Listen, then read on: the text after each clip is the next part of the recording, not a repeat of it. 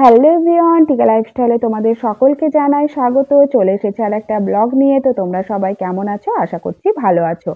তো তোমাদের সঙ্গে আর একটা নতুন ভিডিও শেয়ার করতে চলে এসেছি। তো ভিডিওটা দেখে হয়তো অনেকে বুঝে গেছো। আজকে আমি তোমাদের সঙ্গে আমাদের পোস্টিং যাওয়ার আগের ভিডিওগুলো শেয়ার করছি, যে পোস্টিং যাওয়ার আগে যে আমাদের কত খাটনি হয় সেগুলো তোমাদের দেখাচ্ছি।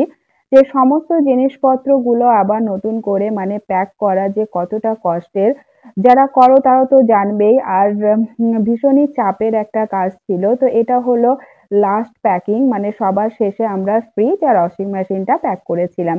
তো এই যে সমস্ত জিনিসপত্র কিন্তু আমাদের প্যাক হয়ে গেছে। এবার এগুলো এভাবেই রেখেছি, তার কারণ আমরা এখন যাচ্ছি বাড়ির ছুটিতে।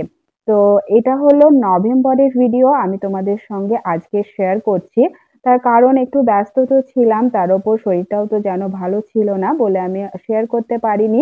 এছাড়াও ভেবেছিলাম যে নতুন ইউনিটে গিয়ে নতুন জায়গায় যাওয়ার পরই কিন্তু তোমাদের সঙ্গে শেয়ার করব। তো এই যে এই কোয়ার্টারটা ছেড়ে যেতে আমার ভীষণই কষ্ট লাগছিল, যে ৩টে বছর এখানে কাটিয়েছি। ৩টে বছর কাটানোর পর আবার নতুন একটা জায়গায় যাওয়া, সেখানেও নতুনভাবে মানিয়ে নেওয়া, মানে একটা এখানে ছেড়ে যাওয়ার একটা মন খারাপ রয়েছে। আবার নতুন জায়গায় গিয়ে সেখানেও সুন্দরভাবে সবকিছু সেট করার একটা ব্যাপারও রয়েছে। জিনিসপত্র ব্যাপার তো রয়েছে, ঘর গোছানো, মানে মাথায় একটা ভীষণই চাপ। যেটা এই ঘর মানে প্যাক করা থেকে শুরু করে নতুন ইউনিটে গিয়ে সেখানে আবার আনপ্যাক করাটাও বিশাল একটা বড় কাজ। তো যাই হোক, এটা তো আমাদের চলবেই, পুরো ৩টে বছর পর পর কিন্তু আমাদের পোস্টিংটা হতেই থাকে। তো এই যে বাড়ি যাওয়ার প্যাকিং হয়ে গেছে।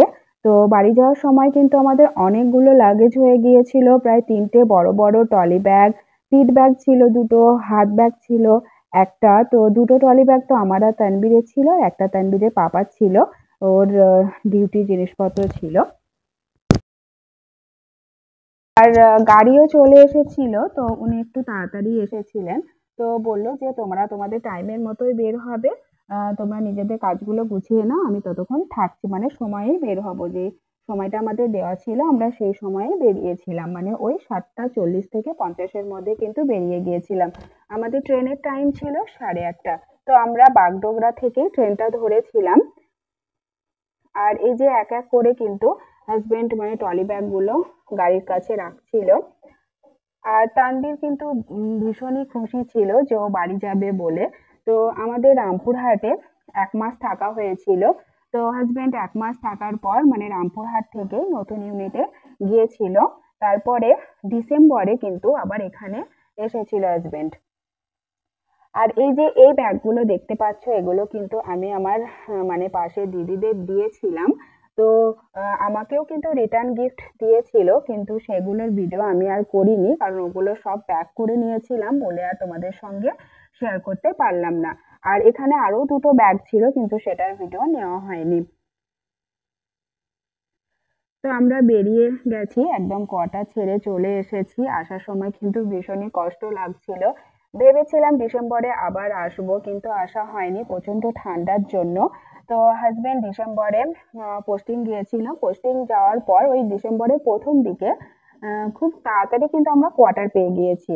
প্রায় ১ সপ্তাহের মধ্যে কিন্তু আমরা কোয়ার্টার পেয়ে গিয়েছিলাম। তো হাজবেন্ডের ২ সপ্তাহ পর আবার এসে এই মানে শিলিগুড়িতে যেই আমাদের কোয়ার্টারে জিনিসপত্রগুলো ছিল সেগুলো ট্রাকে উঠিয়ে তারপরে আবার আমাকে নিতে এসেছিল। মানে হাজবেন্ডেরও কিন্তু বেশি ছুটি ছিল না, ওই মাঝে একদিন বাড়িতে থেকে তারপরেই কিন্তু আমরা চলে এসেছি নতুন জায়গায়। আর হ্যাঁ, নতুন কোথায় পোস্টিং এসেছে সেটা তো বলাই হলো না, তোমরা হয়তো কম বেশি জানো, তাও বলে দিচ্ছি, ঝাঁসিতে আমাদের নতুন পোস্টিং এসেছে। তারপর তো ট্রেনে উঠে গেলাম, সেটা তোমাদের একটুখানি দেখিয়েছি, যে ওখানে মানে ওই বালিশ আর যে কম্বলগুলো দেয় না সেগুলো দিচ্ছিল। তো তাই আমরা একটু সাইডে বসেছিলাম। আর এই যে বাড়ি এসেছিলাম ভোর 4টের সময়। তো এসে তো আমরা আবার ঘুমিয়ে গিয়েছিলাম। তো ঘুম থেকে উঠেছিলাম ওই 12টা 12:30টার দিকে।